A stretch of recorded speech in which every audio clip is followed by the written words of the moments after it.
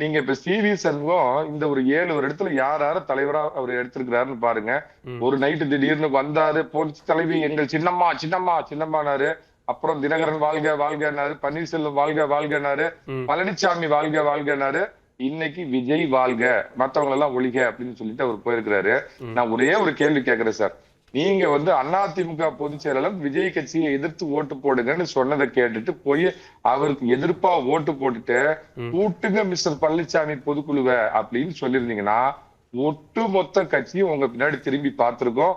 பொதுக்குழுவில் நிச்சயமா திரு எடப்பாடி பழனிசாமி மிகப்பெரிய சங்கடங்களை சந்திக்கக்கூடிய ஒரு சூழ்நிலை ஏற்பட்டிருக்கும். நீலச்சாயை வெளுத்து போச்சு டும் டும் டும் டும், வேலுமணி வேஷம் கலைஞ்சு போச்சு டும் டும்னு நீங்க கட்சியுடைய நான் விப்பு இதுக்கெல்லாம் போல சார். கட்சியுடைய பொதுச் செயலரோட நிலைப்பாடு என்ன அப்படின்னு கேட்டீங்கன்னா எதிர்த்து ஓட்டு போடுங்கிறத மீறி உங்களுடைய பதவி பண ஆதாயத்துக்காக நீங்க விஜய் கிட்ட போய் அங்க அவருக்கு ஆட்சிக்கு நீங்க ஆதரவு தெரிவிச்சுட்டு எங்க பொதுச் செயலாளர் எடப்பாடி பழனிசாமி தான் அப்புறம் பொதுக்குழுவை கூட்டுங்க அப்படின்னா இதுல முழுக்க முழுக்க மரியாதைக்குரிய முதல்வர் தான் இதோட கதாநாயகன். அவர் பிளான் ஏ பிளான் பி அப்படி 2 இது வச்சிருக்காருங்க.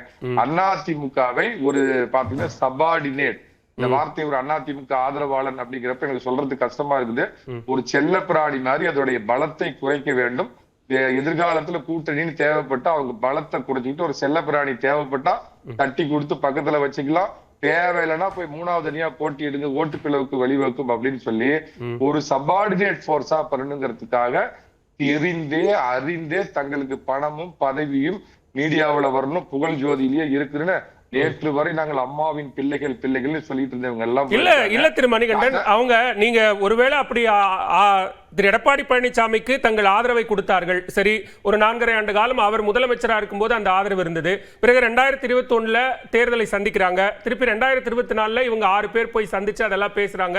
தேர்தல் முடிவுகள் வரைக்கும் அவங்க காத்துக்கிட்டு தானே இருந்தாங்க. இடைப்பட்ட தேர்தலில் தொடர் தோல்வி என்கிற ஒரு சூழல் இருந்தும் கூட ஏற்றுக்கொண்டவர்கள் இன்றைக்கு இனிமேல் காத்திருக்க முடியாது அப்படிங்கிற ஒரு ரெபல் சிச்சுவேஷனுக்கு போறாங்க. அப்ப அதை நீங்க இதுதான் வெறும் பதவி பணம் தான் காரணம்னு எப்படி சொல்லிட முடியும்? அதுதான் காரணம்னா அவங்க எப்பவே போயிருக்கலாம்ல.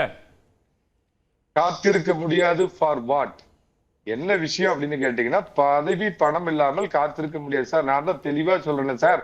நீங்க விஜய்க்கு சார் நான் கேக்குறேன், எடப்பாடி பழனிசாமி திமுகவோடு சேர்ந்து கொண்டு ஆட்சி அமைக்க முயற்சித்தார். எங்க ஜென்ம எதிரி திமுகவோடு நாங்க போக மாட்டோம் நீங்க சொல்ற வாதத்துல உண்மை இல்ல.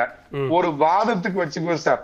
அப்படியே கேட்டிருந்தா என்ன திமுக எடப்பாடி பழனிசாமி என்ன மட்டும் முதலமைச்சர் ஆக்குங்க, வேற யாரையும் அமைச்சர் ஆக்கிடாதுன்னு சொல்லியிருப்பாரா?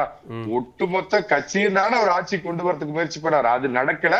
அது இல்ல, அது நடந்திருந்தா அதிமுக தொண்டர் தற்கொலை பண்ணிருப்பான்.